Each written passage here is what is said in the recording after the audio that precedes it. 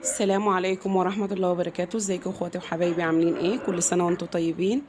ربنا يعود علينا وعليكم الأيام بخير إن شاء الله. قبل ما نبدأ نصلي على النبي عليه أفضل الصلاة والسلام. ده الفايش الصعيدي بكل أسراره وكل تكاته.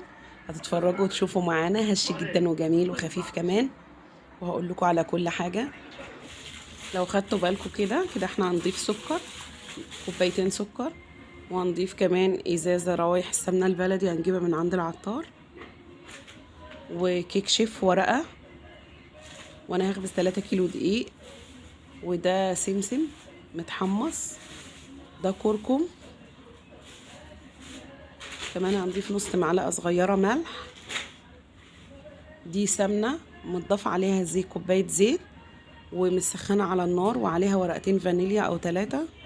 كده الخميرة اللي احنا عملناها، خميرة البيتي دي مش كل الناس اللي بتعرف تعملها، بس هي صعبة عليكم الصراحة. كده هنضيف كوبايتين السكر، وهنضيف معلقتين كركم، وهنقلب.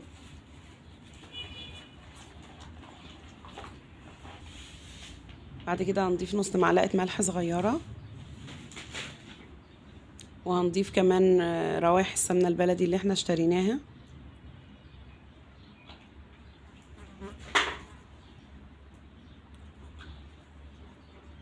وهنضيف السمسم.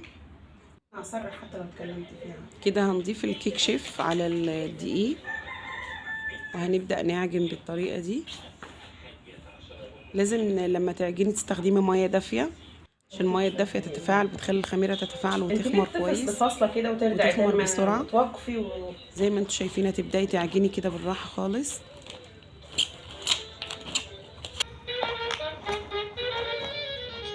في المرحلة دي بقى هنبدأ بقى نديها السمنة.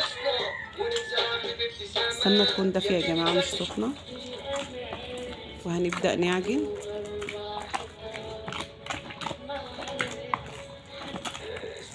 كده هنا احنا خلصنا كده، الخميرة بقت العجينة بقت كويسة كده.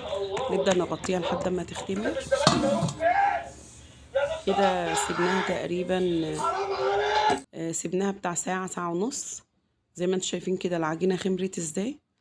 بسم الله ما شاء الله عليها، الله أكبر. هنبدأ بقى نقطع.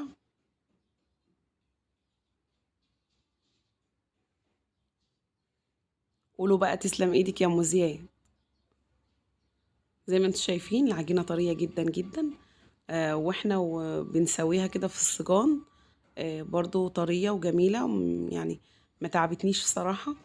العجينة عشان خاطر خمرانة كويس قوي ومعجونة كويس واتخدمت كويس، هتديكي احلى قرص واحلى فايش صعيدي بإذن الله. زي ما انتم شايفين كده، بعد ما احنا هنخلص الكمية كلها بالطريقة دي، هنبدأ بقى نحفظهم في مكان دافي لمدة ساعة، ساعة ونص، وممكن جنب الفرن كمان تخليهم نص ساعة كده. بعد كده تبدأي تشغلي الفرن لحد ما العيش كله يختمر ويعلى معاكي كده، يكون العيش اختمر. سخنا الفرن أو فوق وتحت، بدأنا نخبز العيش زي ما انتم شايفين كده. كده بصوا طالع الله أكبر عليه، جميل جدا جدا جدا، وطري كمان الله أكبر. بس الواحد ما كانش ليه نفسي ياكل كتير، عشان زي ما انتوا عارفين احنا صايمين. الواحد أول ما بيفطر ما بيعرفش يدوق أي حاجة تانية نفسه فيها.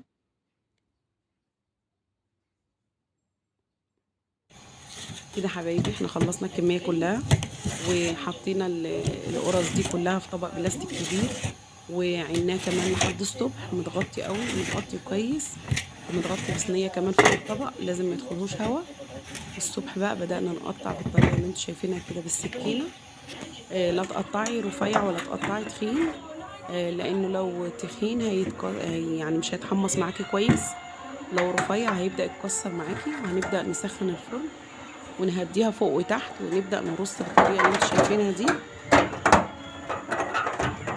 يا ريت تدوسوا له لايك وشير وتفعلوا الجرس. واتمنى بقى اللي ما اشتركش في القناة يشترك. يا ريت تشجعوني.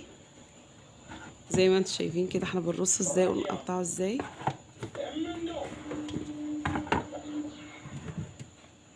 كده انا عملت لكم الفيش بكل تكاته وكل اسراره.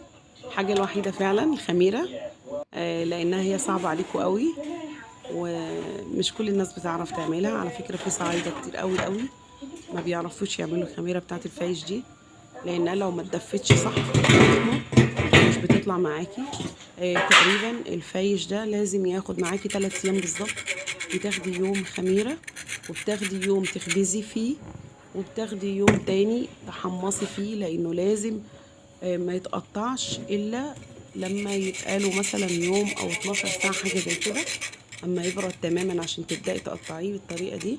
بصوا طالع معانا جميل جدا جدا جدا، والتسوية بتاعته جميلة، التحميص حلو كمان. كده نكون خلصنا كل الكمية اللي احنا عملناها، دول كلهم 3 كيلو دقيق. والف هنا وشفا، يا رب ينال اعجابكم. اتمنى منكم تجربوه وتقولوا لي رايكم ايه. عايزه تعليقات كتير، اللي جرب يقول لي واللي مش هيجرب يقول لي برده، واللي عايز يسال على حاجه يسالني. كده نكون خلصنا الحلقه، والسلام عليكم ورحمه الله وبركاته.